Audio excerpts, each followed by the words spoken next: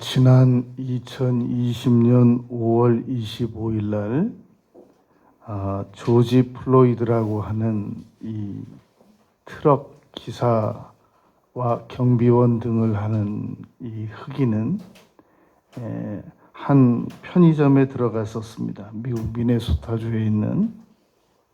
그런데 가짜 $20짜리를 사용했다라고 하는 그 점원의 신고에 의하여 백인 경찰 4명이 출동을 했습니다.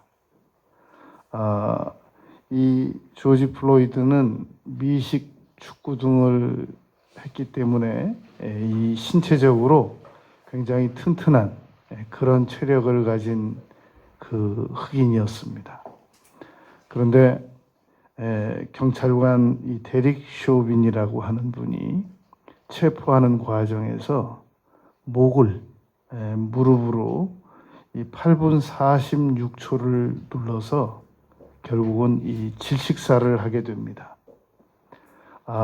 이로 인하여 이 흑인 폭동이 유발되는데 이 미국은 지금 전 그 세계 인구가 이제 얼마 안 있으면 80억에 도달하게 됩니다.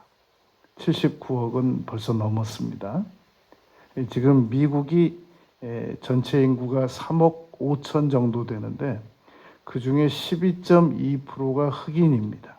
그러니까 4천만이 넘습니다. 우리 남한 인구가 5천이 넘으니까 지금 조금 우리 남한 인구보다는 조금 부족하고 북한 2,500만보다는 많은 그런 4천만의 인구가 미국 그 전역에서 흑인으로서 살아가고 있습니다. 이 흑인들은 아프리카에서 처음에 이 붙잡혀 와가지고 이 백인들의 그 수종을 드는 일로 이 쓰임을 받았었습니다.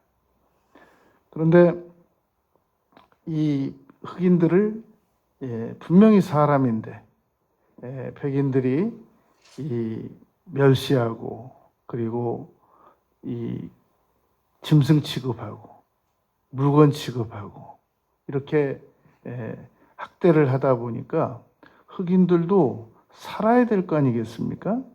그런데 지금 흑인들이 이러한 예우를 받는 것도 그나마 옛날에 링컨이 남북 전쟁을 통해서 노예를 건져내서 이나마 지금 이만큼만 차별을 받고 있는 겁니다. 그 흑인들 중에 버락 오바마 같은 사람이 대통령이 됐기 때문에 지금 그나마 이만큼만 차별을 받는 거거든요. 안 됐으면 이런 정도의 차별보다 훨씬 더 심한 차별을 여전히 받고 있을 것이란 말입니다.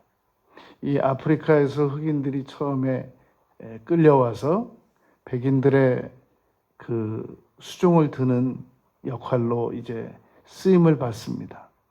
그런데 왜 탈출을 하냔 말이죠. 자신들의 운명이 그런 줄 알면 그렇게 그냥 살면 되지 왜 백인들에게 저항하고 탈출하다 붙잡히고 교수형 처해지고 구타당하고 그러냔 말입니다.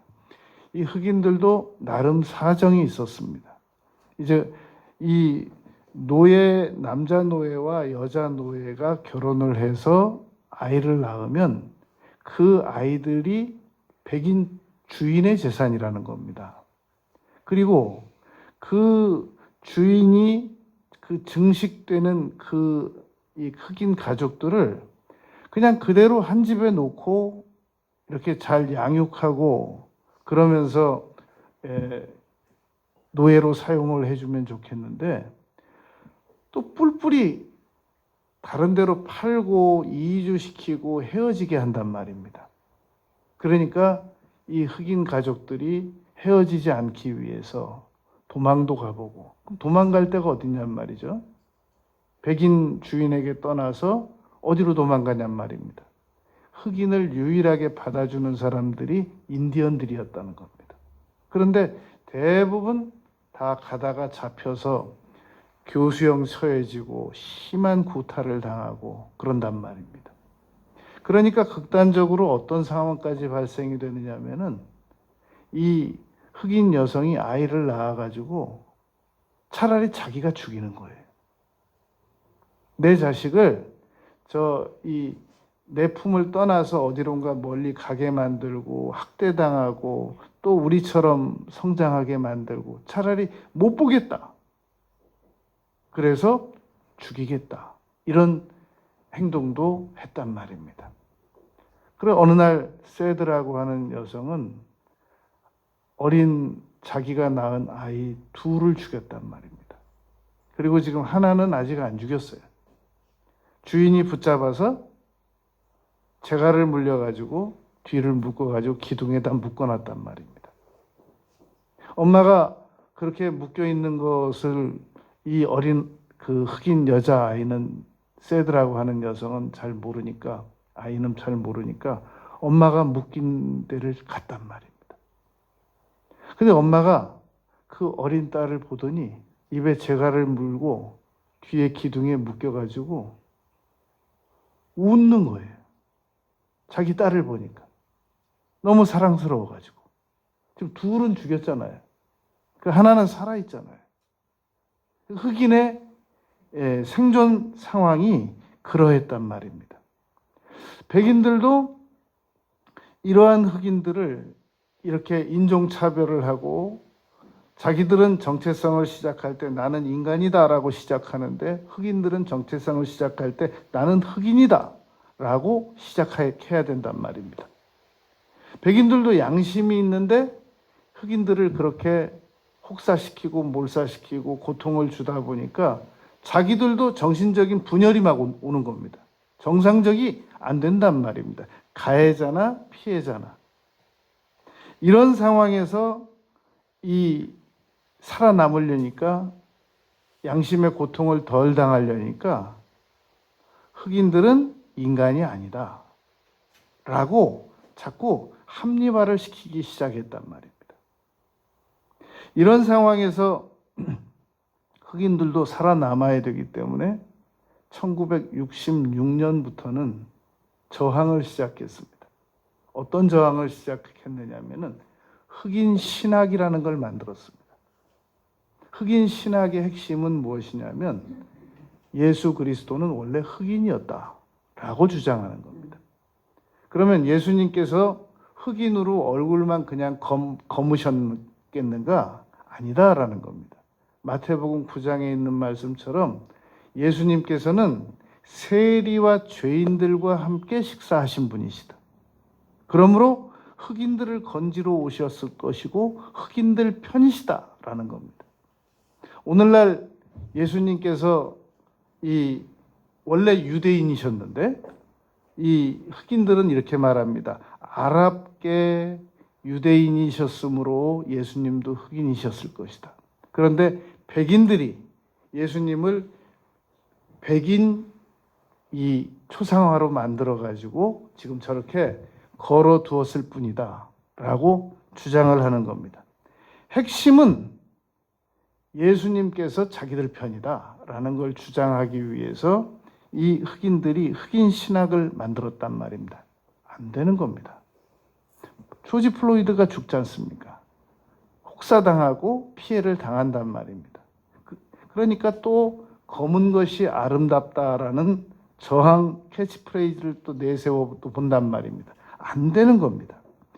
그래서 계속 이 흑인들은 당사자들 그리고 태어나는 아이들까지 트라우마를 안고 살아가고 있다는 것입니다. 그것이 바로 오늘 현실로 나타난 조지 플로이드 같은 이런 사건이라는 겁니다. 흑인들은 지금 전 세계에서 빠져나와 보려고 많은 노력을 합니다. 그러면서 신학적으로 이 이론을 내세우기를 출애굽기 19장 4절 5절에 보면 하나님께서는 애굽에서도 유대인들을 건져내지 않으셨느냐. 그렇다면 오늘 우리 흑인들도 이 고통에서 건져내실 것 아니겠느냐라고 계속 그 저항을 한단 말입니다. 이 미국에서는 흑인이 백인들이 살고 있는 한 동네로 이사를 오지 않습니까? 그러면 어떤 현상이 일어나느냐면 서서히 누가 아무 말도 안 했는데 백인들이 그 동네에서 이사 갈 준비를 한답니다. 그래서 세월이 조금 지나 보면 백인들은 다 이사 떠나고 흑인들이 다시 그 자리를 메꿔서 살게 된다는 말입니다. 여러분, 이런 그 문화적 차별, 이런 것들을 한번 당한다고 생각을 해보시겠습니까? 얼마나 흑인들이 고통스럽겠는지. 분명히 바울 사도는 로마서 1장 14절에서 헬라인이나 야만인이나 다 내가 그들에게 빚졌다 라고 분명히 말하거든요. 그러면서 헬라인이나 유대인이나 다 죄인이다 라고 분명히 말한단 말입니다. 그리고 차별이 없다. 그러나 아무리 바울 사도가 성경에다가 이렇게 써놨어도, 그리고 아무리 흑인들이 격상돼서 오바마 윈프리라는 사람들이 나오고 흑인 유명한 사람들이 나온다고 할지라도 극소수 몇 명만 이 상위 인정받는 흑인이 되고 나머지는 여전히 조지 플로이드 같이 이 무참하게 백인의 무릎에 목을 눌려서 질식사되는 그런 상황을 겪고 있는 것이 오늘 미국의 현실이란 말입니다. 이런 상황에서 1931년 2월 18일생 토니 모리슨이라는 흑인 여성이 나타납니다. 이 여성은 노벨 최초 흑인 여성 문학상을 받습니다. 그래서 이 프린스턴에서 이 대학 교수를 하다가 이제 지난 2019년 8월 5일 날 소천을 합니다.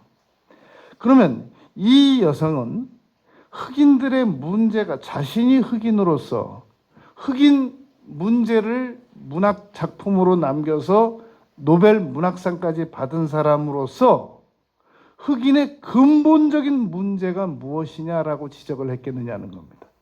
흑인의 문제는 어떻게 해야 해결이 될 수 있느냐라고 문제점을 예리하게 지적했느냐 하는 겁니다. 그의 거의 전 작품이 흑인의 문제는 흑인의 정체성 때문이다라고 지적했다는 겁니다. 아무리 제도를 바꿔주고, 아무리 흑인 중에 대통령이 나오고, 흑인 중에 유명한 어떤 사람이 나와도 흑인 문제는 해결이 안 된다는 겁니다. 흑인 문제가 해결이 되려면 흑인들 한 사람 한 사람이 스스로 정체성을 바꿔야 된다는 얘기입니다. 여러분, 이것은 우리에게도 그대로 해당이 됩니다. 우리 그리스도인들 가운데서 제 아무리 유능한 사람이 나타나고, 우리 그리스도인들 가운데서 제 아무리 어떤 부자가 나타나고 어떤 좋은 여건에 있는 사람이 나타난다고 할지라도 여전히 그리스도인들 가운데서 열악한 환경에서 사는 사람들은 여전히 열악하게 살아가고 있단 말입니다. 그리고 자신을 벌레맛도 못하게 여기고 여전히 자신을 정신적인 공황 상태에서 살아가고 있단 말입니다. 나는 그냥 이렇게 살다 이렇게 죽어야 되나 보다 라고 정신적인 고통을 받고 있고 천대받기도 하고 고통당하기도 하고, 그것이 오늘 그리스도인들의, 무능한 그리스도인들의 현실이란 말입니다. 어떻게 이 문제를 해결해야 되겠느냐는 겁니다. 정체성을 바꾸면 된다는 것이 성경의 해답입니다.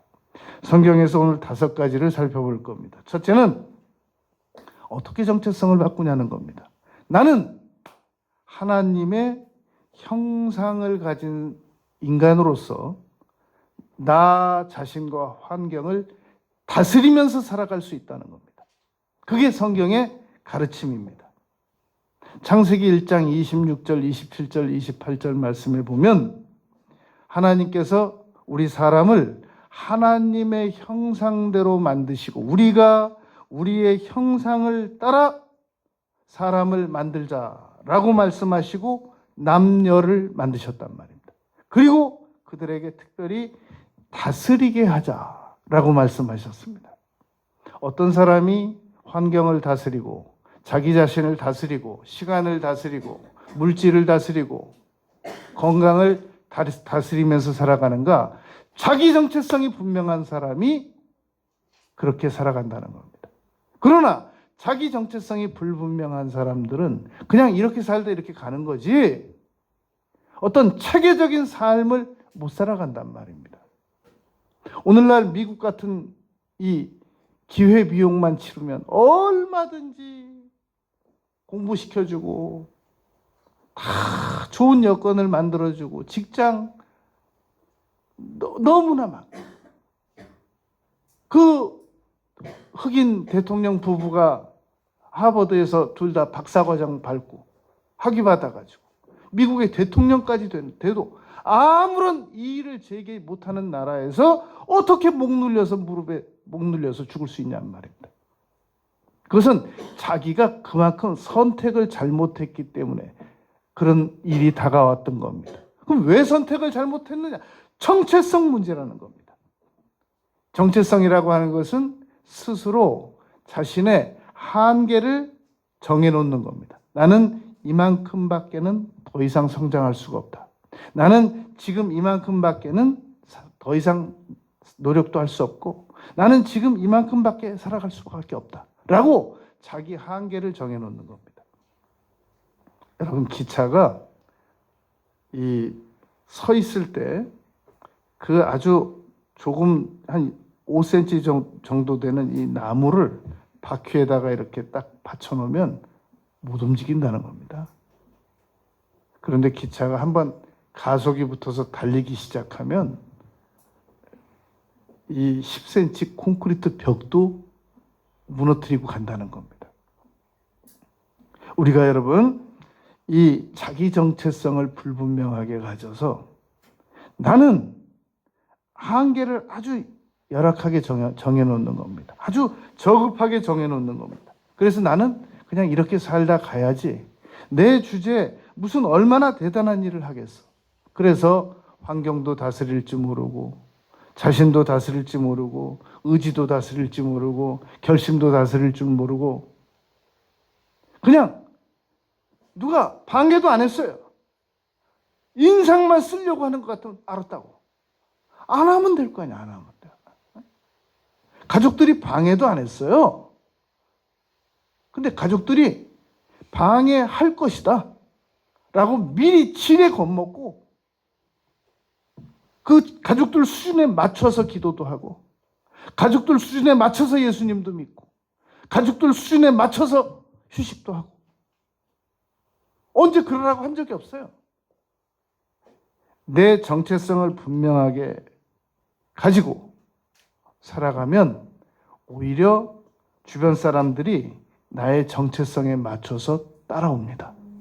사람은 정체성만큼 말하고 정체성만큼 생각하고 정체성만큼 생각하고 정체성만큼 성공합니다. 우리는 얼마든지 지금보다 더 훌륭한 사람으로 살아갈 수 있단 말입니다. 두 번째, 분명한 정체성을 가지기 위해서는 나는 필요한 것들을 하나님에게 기도와 노동을 통해서 얻을 수 있다고 믿는 겁니다. 왜 기도와 노동이냐? 너무나도 많은 사람들이 하나님께 기도는 드리면서도 노동만 통해서 얻을 수 있다고 생각한단 말입니다. 그러니 한계가 있잖아요. 내가 한 달 동안 할 수 있는 노동의 한계는 뻔한데 그 노동만 가지고 평생을 앞으로 살아갈 것이라고 생각하니까 자기 정체성에 열악한 자기 정체성에 묶여 있는 겁니다. 그러니 내가 한 달에 받는 월급 뻔하고 내가 받는 한 달에 생활비 뻔하고 내가 한 달에 받는 용돈 뻔한데 내가 이거 가지고 무슨 공부를 할 수 있겠으며 무슨 생활이 나아질 수 있겠으며 나에게 무슨 희망이 있겠냐는 겁니다. 이렇게 살다 이렇게 죽는 거지. 그런데 기도라고 하는 것을 이 플러스를 시키게 되면 하나님을 계산에 넣게 된단 말입니다. 너는 내게 부르짖으라. 내가 내게 응답하겠고 네가 알지 못하는 크고 비밀한 일을 내가 너에게 보여줄 것이다 라는 겁니다. 여러분, 우리는 노동과 기도를 겸해서 할 수 있는 하나님의 자녀들입니다. 믿어야 됩니다. 사람은 자기가 벌어서 남 주지도 않고 자기 벌어서 자기 쓰는 유형의 스타일이 있습니다. 그런가 하면 남의 걸 뺏어서 쓰는 스타일이 있습니다. 조폭 스타일이죠. 저 북한 스타일이죠. 또 한 스타일이 있는데 하나님께 축복까지 받아서 나눠주는 스타일이 있습니다. 난 이렇게 못 살아. 나는 하나님께 받아서 나눠줘. 베풀면서 살다 갈 거야. 라고 하는 그런 스타일이 있단 말입니다. 그러려면 노동만 가지고는 안 되고 노동과 기도의 이 정체성을 가지고 살아가야 된단 말입니다. 나는 노동도 행하지만 기도도 해서 응답도 받을 수 있는 사람이다. 나는 그렇다고 기도만 하는 사람도 아니고 노동도 마땅한 대가를 치르는 사람들이다. 여러분, 출애굽기 3장 22절에 이런 말씀이 있습니다. 너희의 자녀를 꾸미라. 지금 애굽에서 430년간 종살이 하다가 모세라고 하는 80 넘은 할아버지하고 83살 된 아론 할아버지하고 둘이 지팡이 하나씩 들고 나타나가지고 바로 앞에서 세계 당시 최강국인 바로 앞에서 10가지의 재앙을 내려줘가지고 탈출했어요.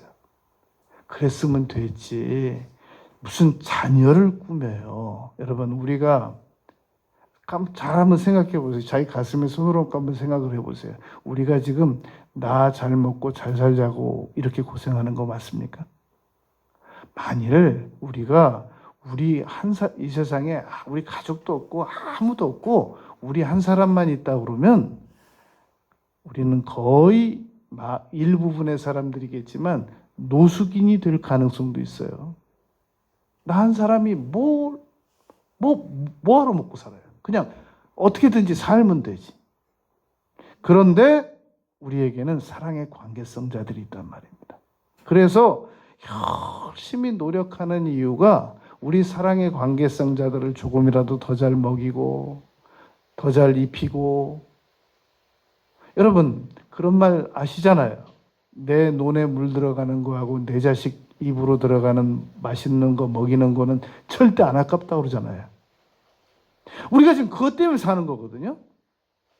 그러면 어떻게 해서 그 일을 충족시키겠느냐는 겁니다. 노동만으로 안 된단 말입니다. 노동에다가 하나님의 축복을 얹어야 됩니다. 하나님의 개입을 요청드려야 됩니다. 그러려니까 정당한 대가를 치러야 되는데 노동만 가지고는 안 되니까 기도의 대가를 같이 치러야 된단 말입니다. 기도하고 일하고 일하고 기도하고. 여러분, 세 번째, 우리가 어떻게 나의 정체성을 지금보다 더 나은 쪽으로 변화를 시킬 것인가? 나는 하나님께 사명을 받은 존재라는 사실을 기억해야 됩니다. 사람은 이 직업을 가지는 이유가 세 가지 유형입니다. 하나는 생업형 직업 소명자들이 있습니다. 먹고 살아야 될 거 아니야. 그러니까 나는 직업이 필요하단 말이야. 그래서 오로지 직업을 먹고 사는 쪽으로만 활용합니다. 그런가 하면 출세지향주의자들이 있습니다. 사람이 어떻게 밥만 먹고 살아? 출세도 해야 될 거 아니야. 그러니까 나는 나의 직업을 통해서 밥도 먹고 살고 출세까지 할 거야. 이런 주의자들이 있단 말입니다. 이 직업 소명설에서 나오는 내용인데요. 또 하나의 직업 소명설은 나는 나의 직업을 가지고 먹고도 살고 지금보다 더 나은 향상된 삶을 살아가기도 하지만 나의 사명을 행할 거야 라고 믿는 사람들이란 말입니다. 바울 사도께서는 사도행전 2장 24절에서 나의 달려갈 길과 주 예수께 받은 사명을 행하려 하면은, 일을 마치려 하면은 나의 생명조차 조금도 귀한 것으로 여기지 아니할 것이다 라고 말했단 말입니다. 그러니까 나의 목숨은 나의 사명 때문에 존재하는 거지. 나의 사명 때문에 나의 목숨이 존재하는 거지, 나의 목숨 때문에 사명이 존재하는 것이 아니다라는 겁니다. 그러므로 여러분, 우리 그리스도인들은 노동을 통해서, 기도를 통해서 먹고 사는 건 너무 당연하고, 그리고 머리 대대 꼬리 되지 말라고 그랬잖아요, 신명기에서. 그러니까 반드시 지금보다 더 나은 삶을 가져야 된단 말입니다. 영향력을 행사하기 위하여. 그게 끝이 아니라 사명을 행하기 위해서 지금보다 더 열심히 기도하고 지금보다 더 열심히 노동해야 된단 말입니다. 그래서 우리 그리스도인들은 나에게는 사명이 있다 라고 하는 분명한 정체성을 가지면 분명히 지금보다 더 나은 삶을 살아가게 됩니다. 여러분, 제가 물어볼게요. 여러분들 지금 자녀들이 몇 명씩 있으세요? 다 2명, 3명, 1명 이렇게 있잖아요. 그런데 지금 자녀들하고 가족들하고 생활하기가 여유가 있어요? 아니면 빠듯하세요? 한 달 벌어서. 빠듯하죠. 그럼 이렇게 물어볼게요. 어쩌다가 여러분들이 자녀를 낳다 보니까 10명을 낳았어요. 그러면 지금 2명 아이들 가르치기도 힘들고 먹여 살리기도 힘든데 그럼 10명을 낳았어요. 그럼 굶길까요? 뭐라도 해서 먹이겠죠. 시장 가서 우거지를 얻어다가라도 먹이겠죠. 어디 가서 사정을 해서라도 다 내려오는 옷이라도 얻어다가 다 입히겠죠. 초등학교도 못 보낼까요?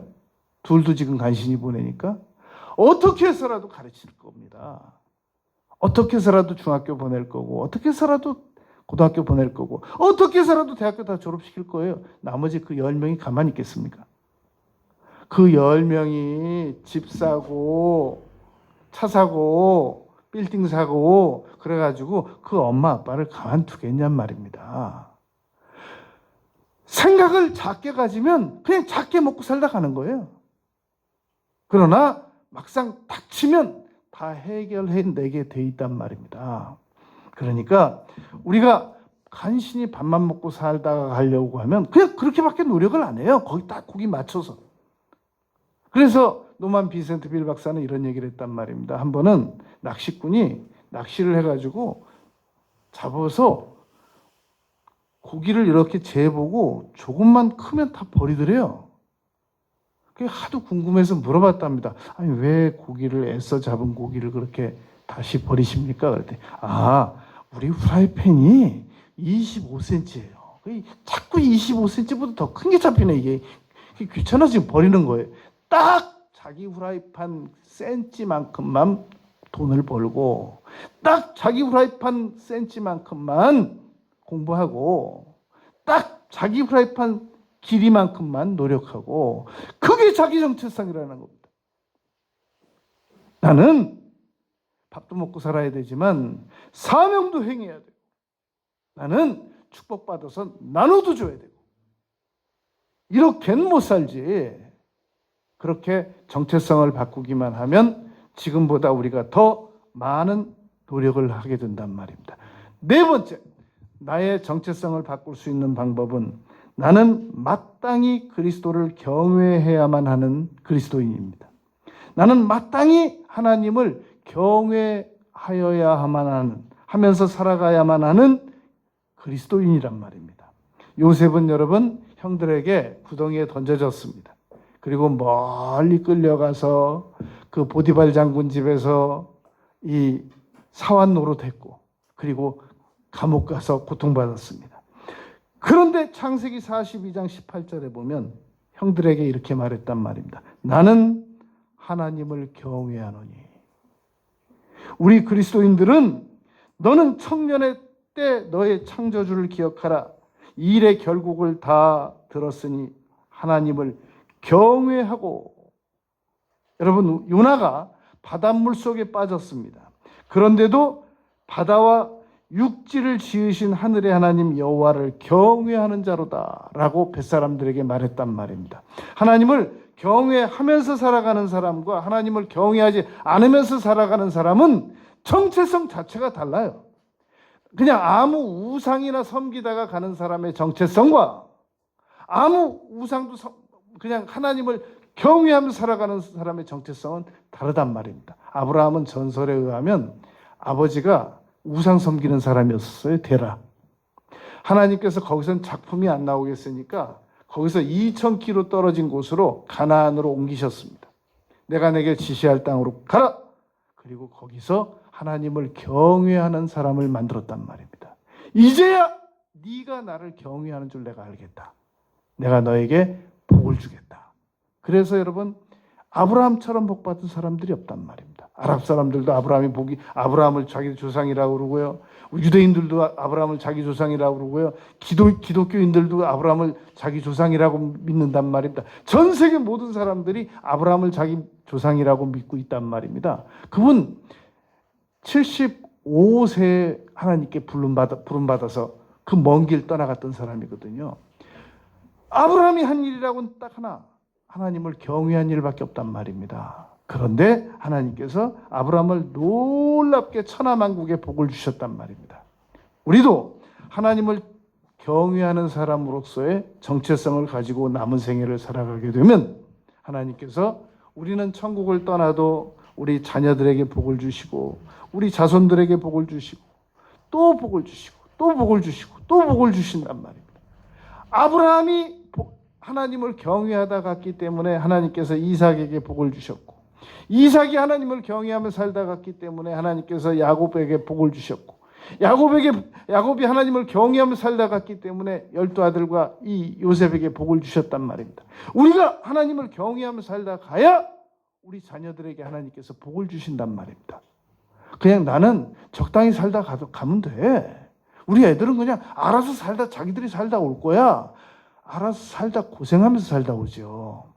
그런데 우리가 건강하면 70이고 강건하면 80인데 이 짧은 생애 동안 하나님을 경외하면서 살다 가야 하나님께서 우리 자녀들에게 복을 주실 거란 말이에요. 근데 그 하나님 경외하는 게 그게 좋긴 한데 보통 피곤한 일이 아니란 말이야. 그러니까 나는 그냥 적당히 살다 갈 거야. 우리 애들이 어떻게 되든가 말든가. 그건 안 되죠. 그거는 어떤 힘이 들어도 하나님을 경외하면서 살다 가야 의인의 자녀가 걸식함이 없다라고 시편 기자가 말한 대로 우리 자녀들이 우리가 심어놓은 복을 받아 누리면서 살다 올 거 아니겠습니까? 나중에 천국에서 다시 만난단 말입니다. 아, 엄마 진짜 엄마 하나님 경외 안 하며 살다 가가지고 내가 얼마나 힘들게 살다 왔는지 몰라. 그런 말을 나중에 들으면 어떡하려고 그래요? 천국에서 만났는데 그래도 엄마가 하나님을 열심히 아빠가 하나님을 열심히 경외하면서 살다 가서 정말 우리는 세상에서 하나님께 복을 많이 받으면서 살다 왔어요. 아, 그래야지 어디 갔어? 어디 숨었어 도대체? 나중에 천국 가서 자녀들 얼굴 볼 면목도 없이 하나님을 경외 안 할 정도로 빈약한 점수를 받아놓고 가면 되겠냔 말입니다. 여러분, 우리가 학교에서 성적표는 잘 받았든 못 받았든 지나온 일이지만 이제 하나님을 경외하는 점수는 그래도 좀 어느 정도 받아놓고 올라가야 될 거 아니겠습니까? 우리가 정체성을 나는 하나님을 경외하는 사람이다 라고 하는 정체성을 가지고 살아가면 반드시 그러한 대가를 치르게 돼 있단 말입니다. 끝으로 5번째, 나는 온 천하보다 더 귀한 소중한 존재이므로 하나님께 마땅히 보호를 받는다 라고 하는 정체성을 가지고 살아가는 겁니다. 나까지 뭐 어떻게 되든가 말든가 하나님께서 무슨 신경을 쓰시겠어? 그게 잘못된 생각이란 말입니다. 마태복음 16장 26절에 보면 온 천하보다 우리의 생명은 더 귀하다라고 말씀하셨단 말입니다. 여러분, 오늘 본문 말씀입니다. 스바냐 3장 17절 말씀에 보면 너의 하나님이래. 우리의 하나님이 아니라 너의 하나님이래. 나의 하나님이 되시는 겁니다. 여호와가 너희 가운데 계시다는 겁니다. 그는 구원을 베푸실 전능자시라는 겁니다. 여러분, 이 말씀 기억나시죠? 너는 내게 부르짖으라 내가 내게 응답하겠고 내가 알지 못하는 크고 비밀한 일을 보이리라. 이거 예레미야 33장 3절 말씀 기억하시죠? 바로 그 전 구절이 33장 2절 말씀이 이 일을 행하는 여호와 그것을 지어 성취하는 여호와 그 이름을 여호와라 하는 자가 너희에게 이른다라는 말이 바로 건져낸다라는 말이에요. 여호와가 건져낸다, 구원낸다라는 말이란 말입니다. 그러므로 하나님은 우리가 가난에서도 있어도 건져내고 질병에 있어서도 건져내고 우리가 심리적 고통 속에 있어도 건져내고 우리가 아무것도 내세울 것 없는 열악한 환경 속에 있어도 건져내시는 분이시란 말입니다. 구원을 베푸실 전능자이시란 말입니다. 전능하시다는 겁니다. 그가 너로 말미암아 기쁨을 이기지 못하시며 여러분 자녀들 보면 왜 웃으세요? 왜 이렇게 아이들 날마다 속썩이고 날마다 힘들게 하는데 왜 잠자는 자녀 보면 왜 웃으세요? 왜 웃고 조심스럽게 문 닫으세요? 왜 그냥 보기만 하면 웃으세요? 왜 그렇게 속썩이는데 얼굴만 보면 일단 웃음부터 나오세요? 기쁨을 이기지 못하는 거예요. 우리 인간 부모도 그럴진데 하나님께서는 우리만 보면 인상 쓰시겠습니까? 기쁨을 이기지 못하시며 나를 잠잠히 사랑하시며 너로 말미암아 즐거이 부르며 기뻐하시리로다. 여러분, 하나님께서 나만 보면 인상 쓴다라고 생각하는 사람은 하나님께서 인상을 써서 그런 게 아니라 정체성이 잘못된 거예요. 이 정체성이 잘못된 사람들은 정말 대하기가 아주 많이 어렵습니다. 왜냐하면 보는 사람마다 자기한테 인상 썼다고 그래요. 사실 그 사람은 인상 안 썼는데 자기가 저 사람이 나에게 인상 쓸 것이다, 썼을 것이다 라고 생각하는 거란 말입니다. 하나님께서 지금 나에게 인상 쓰고 계실 거다라고 생각하는 거란 말입니다. 어디에 문제가 있는? 정체성에 문제가 있단 말입니다. 하나님께서 나처럼 소중하고 온천하보다 더 귀하고 나처럼 사랑할 수밖에 없는 대상을 보고 어떻게 기뻐하지 않으실 수가 있으시겠냔 말입니다. 어떻게 그 전등하신 능력을 나 같은 사람에게 안 쓰고 다른 사람에게 쓰시겠냔 말입니다. 정체성 문제란 말입니다. 여러분, 우리는 이 정체성 5가지만 고치면 지금보다 훨씬 더 행복하고 지금보다 훨씬 더 성공적인 삶을 살아갈 수 있습니다. 맞아. 내가 생각을 바꾸기로 결심한다. 나는 온천하보다 더 귀한 소중한 존재이므로 하나님께서 나를 보호하시고 나를 돌보실 거야. 나의 가족들을 보호하시고 돌보실 거야. 나는 하나님을 경외하는 정체성을 가지고 남은 생애를 살아가고야 말 거야. 나는 나에게 목숨보다 더 귀한 사명이 있으므로 나는 이 사명을 완수하고 갈 거야. 리빙스턴이 말한 대로 사명이 끝나지 않은 한 하나님께서는 그 사람을 데려가는 법이 없다고 하지 않습니까? 그러니까 내가 사명을 굳게 붙잡고 사명을 소중히 여기고 사명을 이행해 나가면 하나님께서 나를 세상에 조금이라도 더 오래 두신단 말입니다.